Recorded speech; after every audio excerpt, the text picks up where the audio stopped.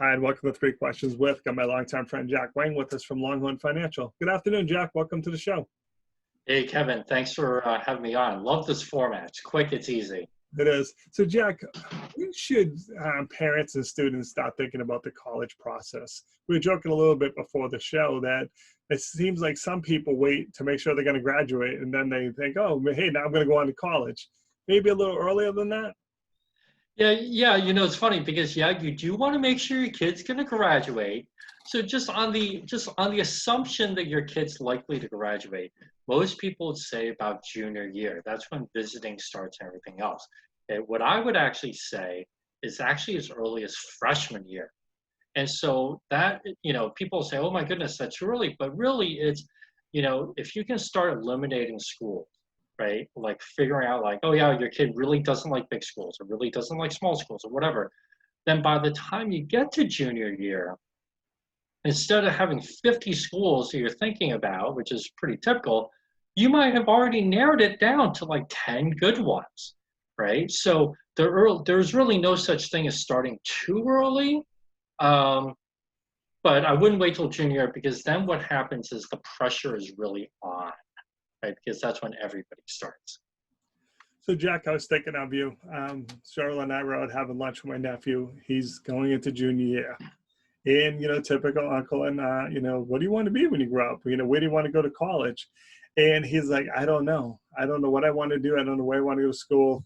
And then he just started eating his chicken fingers and he didn't look up. But that's kind of typical though. Like I said, it's overwhelming, but sometimes we don't really need to know what we want to do. Sometimes knowing where we want to go kind of fits together. So even if you don't know what you want to do, you still have to start looking though, right? Right. And so honestly, the first step really, what everybody thinks it's with the student, right? Hey kid, put together the list of schools that you think you might want to look at. And of course, mom and, the parents might have some saying this like, oh, I went to this school, so I think you should look at this school. Sure. But the first step of the planning process really starts not with the student, but actually starts with the parent. And what I mean by that is, right, if you're going to have to pay something for your kid to go to school, if you're willing to pay something for you to go to school, right, you want to start looking early so you can start kind of eliminating things. But having a sense of sort of what your financial numbers are, right, is going to go a long way. So the process doesn't start with the kid. It really starts with the parents in this whole thing. That totally makes sense. So what are the three numbers that families need to know when they're planning for college, Jack? Yeah, so I tell families this all the time, right? So you want to know three numbers. And so the first number is obvious. Well, not obvious, but it's the typical college planning thing. What's called the expected family contribution. And that's how much colleges think you can afford per year, right? And there's plenty of EFC calculators on the web, so you can look that up pretty easily. Okay, so that's number one.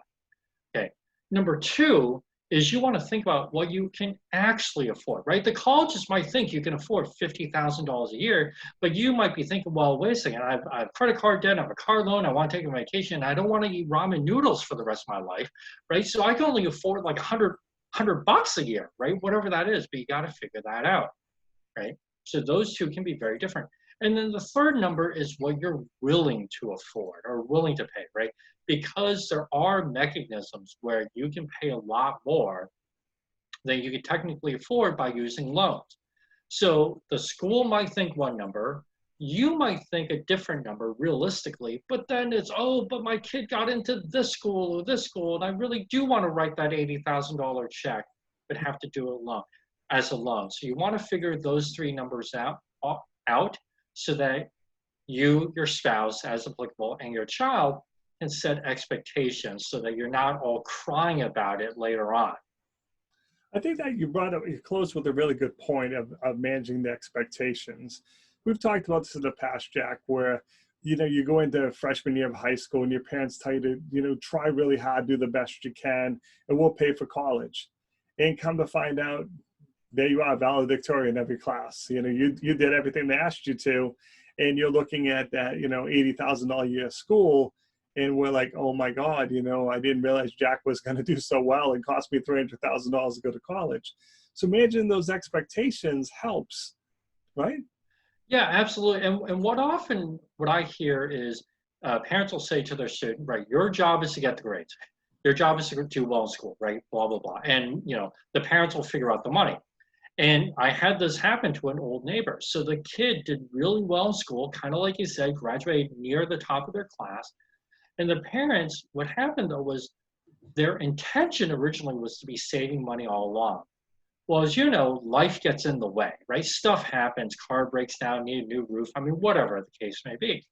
So by the time the kid graduated, now he's thinking mom and dad have taken care of this. I can look wherever, right? Find the right school for me.